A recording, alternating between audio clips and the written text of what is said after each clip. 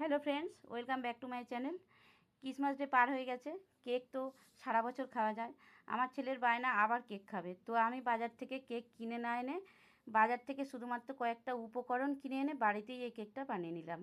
আর এই কেকটা বানাতে আমার অল্প খরচে হয়ে গেল। আর এই কয়েকটা উপকরণ দিয়ে এইভাবে বানালে খেতেও বেশ হয়। এইভাবে বানিয়ে বাচ্চাদের টিফিন বক্সেও তোমরা দিতে পারবে।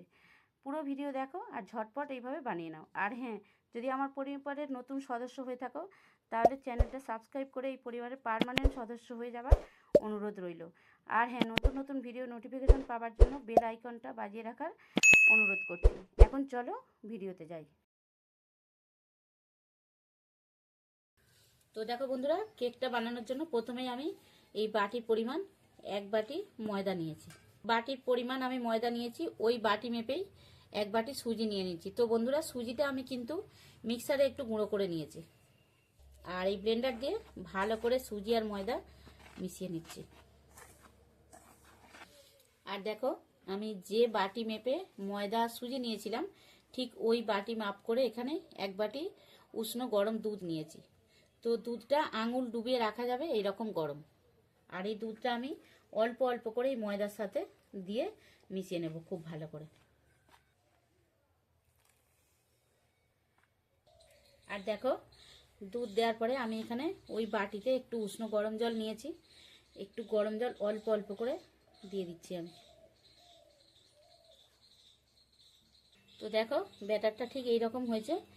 আর একটু সময় ধরে খুব ভালো করে এরকমভাবে ব্লেন্ড করতে হবে।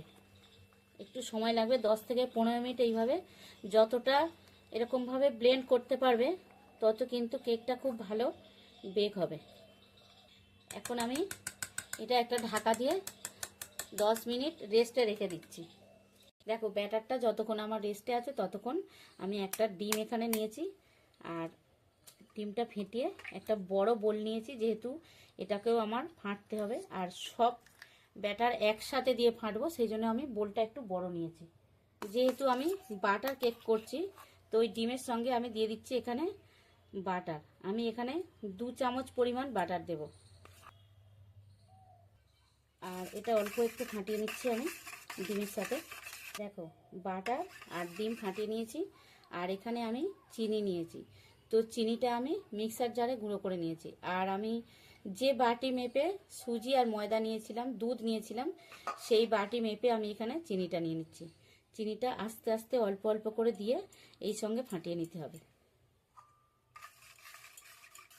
দেখো, আমি ডিম, বাটার আর চিনি খুব ভালো করে ব্লেন্ডার দিয়ে ফেটিয়ে নিয়েছি। আর আমি এই সঙ্গে দিয়ে দিচ্ছি এখানে 4 চামচের হাফ চামচ সোডা। আর আমি দিয়ে দিচ্ছি ওই চামচেরই 1 চামচ পরিমাণ বেকিং পাউডার। এগুলো খুব ভালো করে আবারও ব্লেন্ড করতে হবে। দেখো, আমি সোডা আর বেকিং পাউডার দিয়ে খুব ভালো করে একটা স্মুথ ব্যাটার আবারও তৈরি করে নিয়েছি। আর এখন আমি আগে যে ব্যাটারটা বানিয়েছিলাম, এই যে ময়দা আর সুজি দিয়ে যে ব্যাটারটা বানিয়েছিলাম, ওইটা আমি এইখানে একসঙ্গে দিয়ে আবারও ফেটিয়ে নেব। সব কিছু উপকরণ খুব ভালো করে আবারও ব্লেন্ড করতে হবে। দেখো, ফাটতে ফাটতে এরকমভাবে ফাটতে ফাটতে একটা এরকম থিকনেসের ব্যাটার চলে আসবে। দেখো, একটু সময় ধরে খুব ভালো করে আমি ব্লেন্ড করে নিয়েছি। আর এখন এই সঙ্গে আমি এখানে কিছু নাটস নিয়েছি। তো তার মধ্যে আমি নিয়েছি এখানে কিছুটা কাজু ছোট ছোট করে ভেঙে নিয়েছি। আর এগুলো আমি গোটা রেখেছি, এগুলো সাজাবো। তো এই ভাঙা কাজুগুলো আমি দিয়ে দিচ্ছি। আর এখানে নিয়েছি কিছুটা আমন্ড, আমি ছোট ছোট করে ছুরি দিয়ে এরকমভাবে কেটে নিয়েছি। আমন্ডটাও দিয়ে দিচ্ছি। আর এখানে নিয়েছি টুটি ফুটি। তো আমি এতটা টুটি ফুটি দেবো না, আমি অল্প একটু দেব।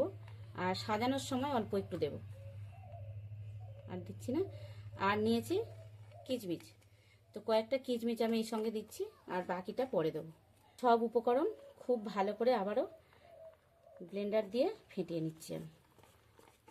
আর দেখো, ব্যাটারটা আমি রেডি করে নিয়েছি। আর আমি এখানে একটা কেক প্যান নিয়েছি। আর যেহেতু আমি বাটার দিয়ে করছি কেকটা, তো আমি এখানে একটু বাটার ব্রাশ করে নেব। বাটার আমি খুব ভালো করে ব্রাশ করে নিয়েছি।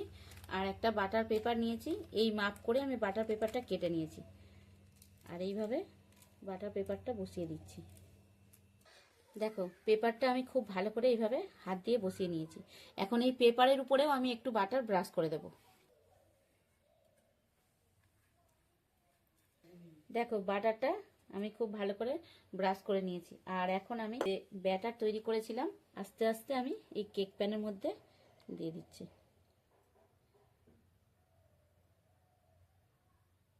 দেখো ব্যাটারটা আমি দিয়েছি, তবে একটু জায়গা ফাঁকা রেখেছি, পুরো ভর্তি করে দেওয়া যাবে না, যেহেতু একটা ফুলে উঠবে। আর এখন আমি এইরকমভাবে হাত দিয়ে, দুই হাত দিয়ে একটু ঠুকে ঠুকে ভালো করে চারিদিকে কোথাও না বাতাস থাকে, তার জন্য এরকমভাবে ঠুকে ঠুকে কমপ্লিট করছি। আর করতে লাগবে না। আর তো চলো ফ্রেন্ডস, এদিকে রেডি হয়ে গেছে আর আমি ওখানে গ্যাসটা অন করে দিয়েছি। এখন কেকটা বেক করার জন্য গ্যাসের চুলায় বসাবো। তো চলো যাই। দেখো গ্যাসটা আমি আগে থেকেই অন করে দিয়েছি। আর এখানে কিছুটাই বালি নিয়েছি, একটা অ্যালুমিনিয়ামের কড়া নিয়েছি। তো যদি অ্যালুমিনিয়ামের কড়াই না করতে চাও, এখানে লোহার কড়াইতে করলেও হবে।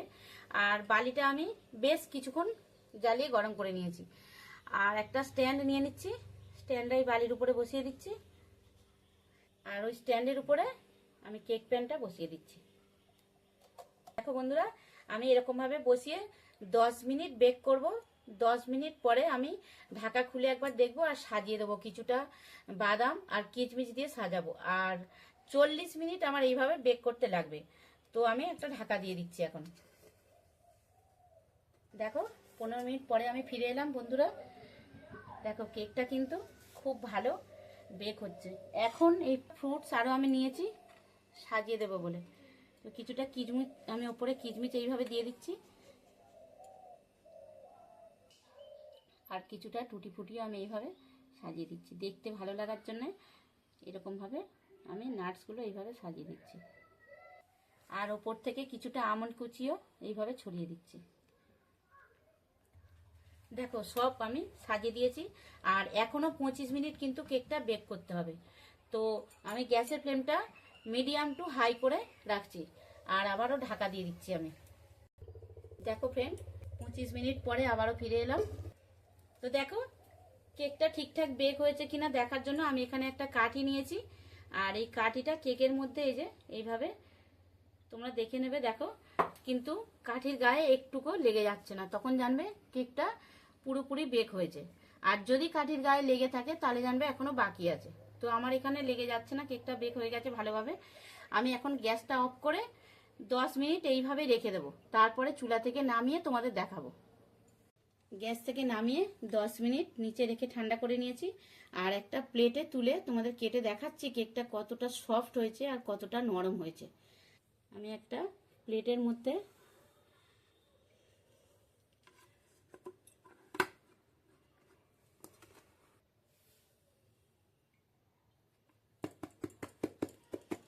উপর করে এরকম একটু চাপড় মারলে কেকটা খুব সহজেই উঠে আসবে। দেখো কত সুন্দর হয়েছে। দেখো ফ্রেন্ডস, আমি কেকটা কেটে তোমাদের দেখাচ্ছি কতটা সফট হয়েছে।